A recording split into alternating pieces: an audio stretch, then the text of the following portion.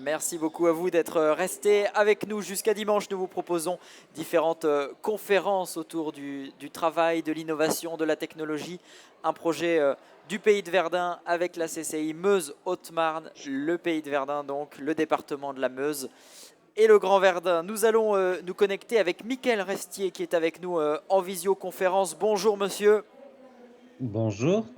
Avec vous, on va parler du télétravail. Vous êtes le directeur de l'Association nationale des pôles territoriaux et des pays. En fait, vous êtes la fédération des PETR. En un mot, déjà, on explique ce que c'est. PETR, c'est une instance de coordination des politiques publiques au niveau local pour accompagner les communautés de communes et les communes dans la réalisation de leurs actions. Et donc, vous êtes le directeur de cette association nationale, donc de cette fédération de ces PETR, la première association d'élus qui pratique à 100% le télétravail. Il fallait l'oser. Il fallait l'oser, on va dire qu'on expérimente pour l'instant. En fait, ça en découle en fait de l'élaboration de notre bilan carbone. Alors, on s'est lancé dans cette histoire on a finalisé là, c'était en juillet dernier, et nous nous sommes rendus compte que évidemment l'utilisation de nos locaux avait un impact avec le chauffage, enfin, Ouais. la construction du bâti, etc. En fait, avait un impact sur notre bilan carbone. Et en fait, nous avons fait le choix d'opter justement pour un 100% télétravail. Donc, on a rendu nos locaux et nous sommes en 100% télétravail, du coup, de manière très imminente, en fait, dans la mise en œuvre. Et nous allons expérimenter ça on se donne une petite année déjà pour voir si ça fonctionne bien. Mais il n'y a pas de raison parce qu'en fait, nos pratiques, en fait, ont évolué depuis la crise sanitaire Ouais. et nous Ça a été étions le au point de bureau. bascule.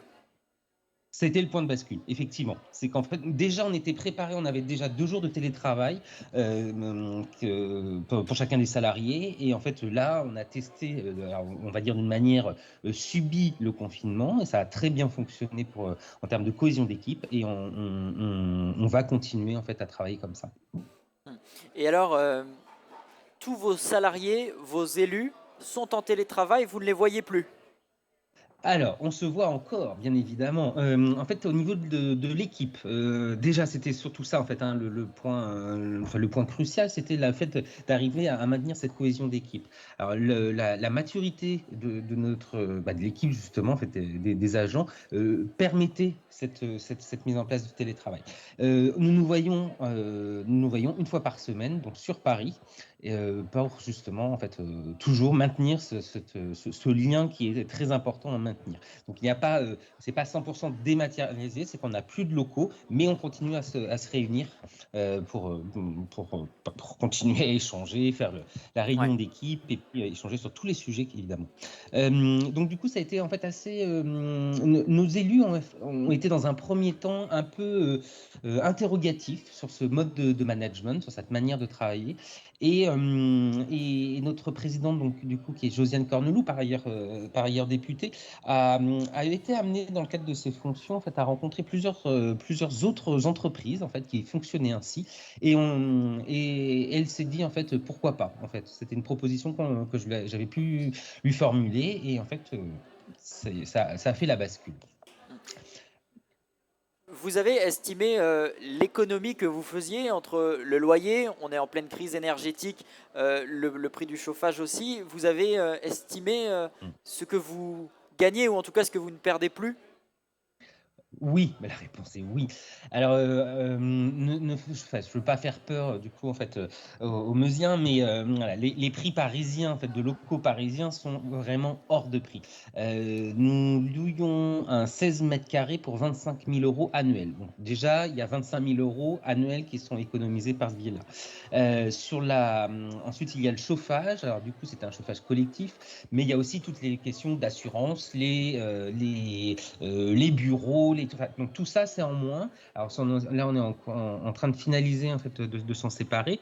Donc déjà tout ce qui est bureautique, donc ça c'est chacun des agents en fait qui récupère l'écran par exemple ou le clavier s'ils en ont besoin. On était déjà tous équipés en ordinateur portable, donc ça s'est fait assez Ouais. simplement.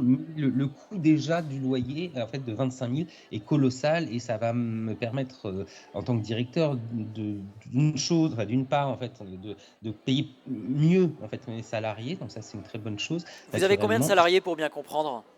On est 6 équivalents temps plein. Donc on est une petite équipe et donc du coup donc de mieux les rémunérer. Et en fait l'autre chose c'est que on va se réunir. Quand on se réunit, c'est chez nos partenaires dans des tiers-lieux, donc là payant, donc c'est une nouvelle dépense, mais qui est largement en fait absorbée par rapport aux économies d'échelle que nous avons pu faire, notamment en économisant sur le prix du loyer.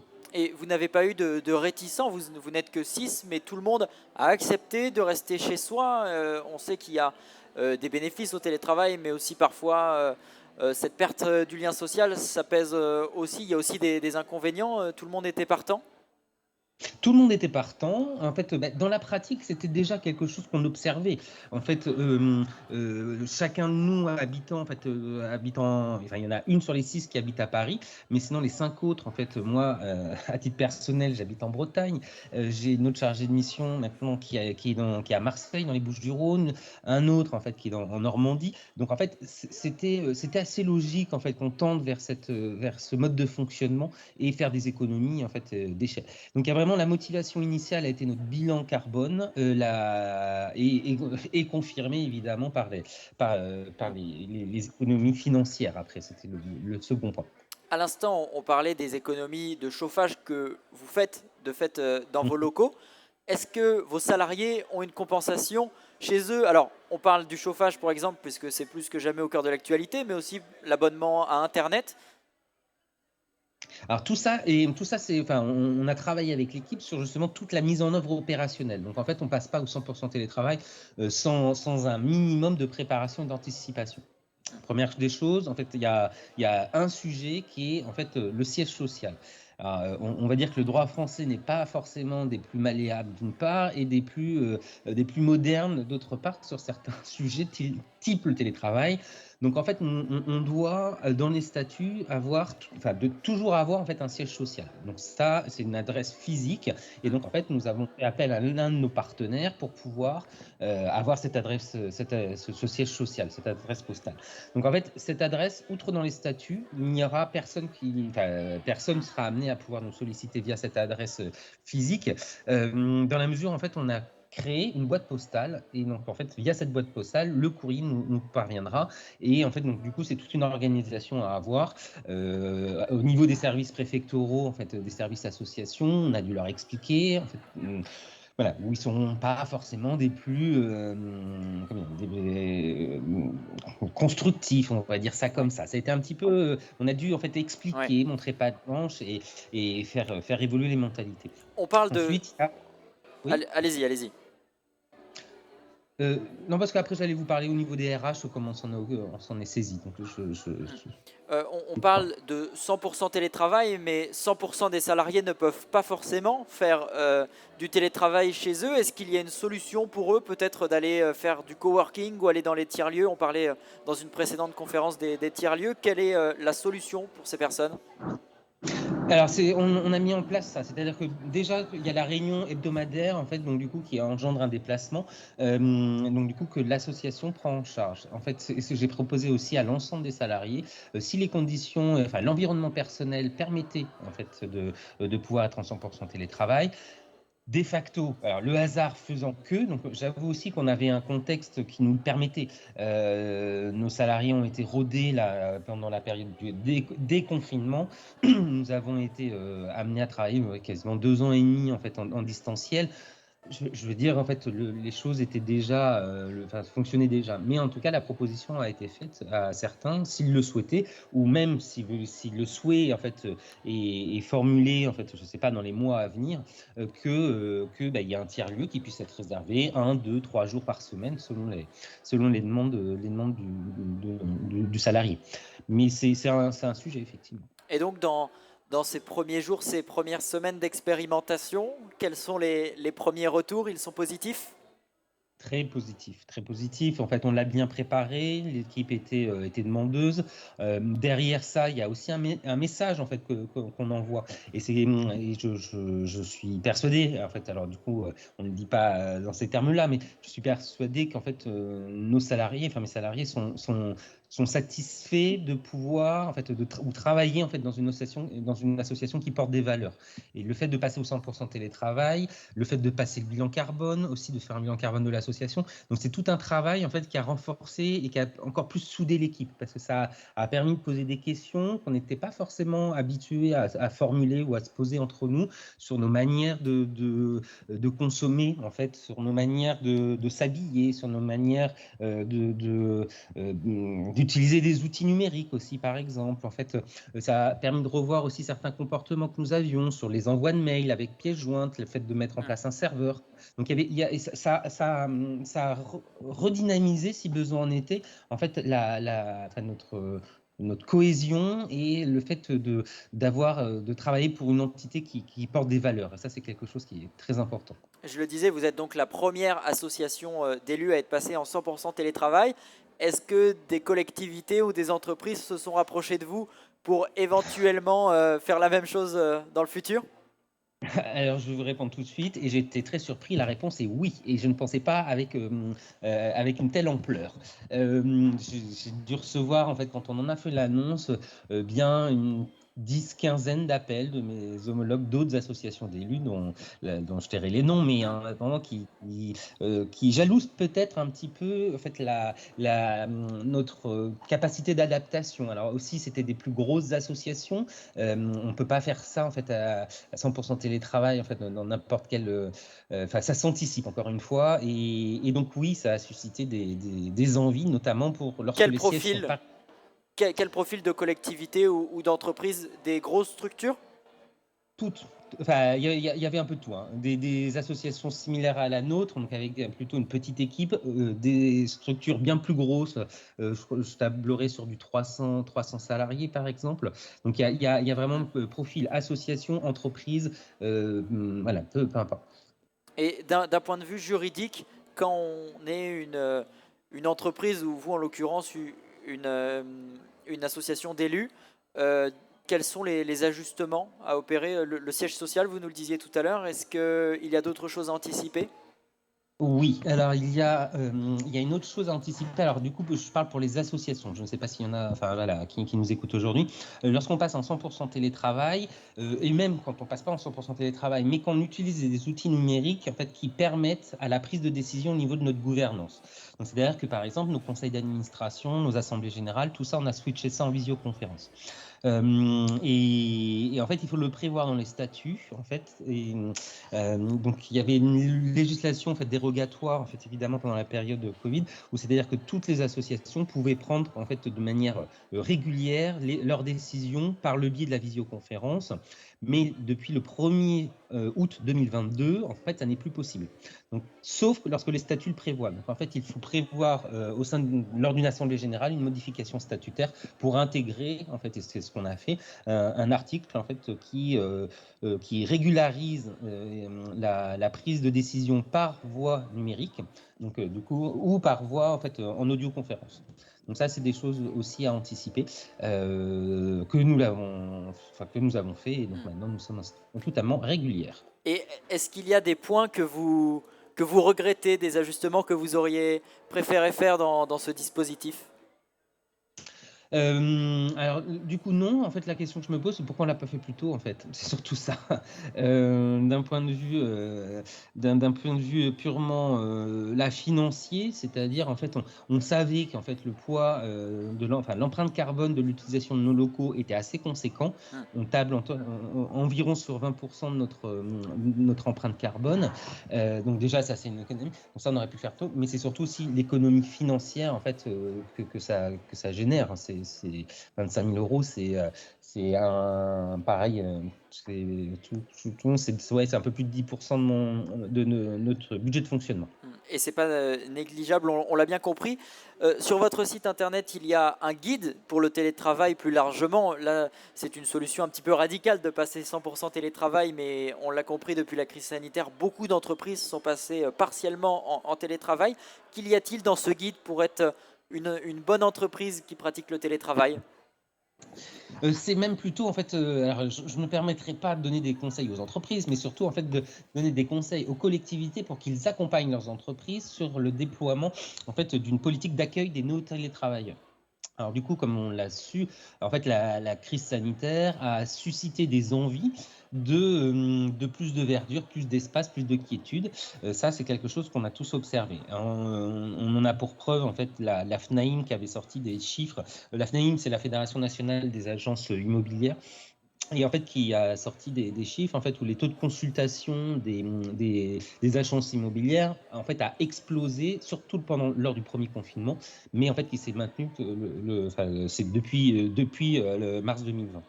En fait, en plus de cela, on a pu voir en fait une nette hausse des transactions immobilières en fait qui a pu être opérée là depuis. À titre personnel, j'étais parisien, j'ai anticipé un petit peu, mais j'aurais pu tout à fait m'inscrire à titre personnel dans cet exode.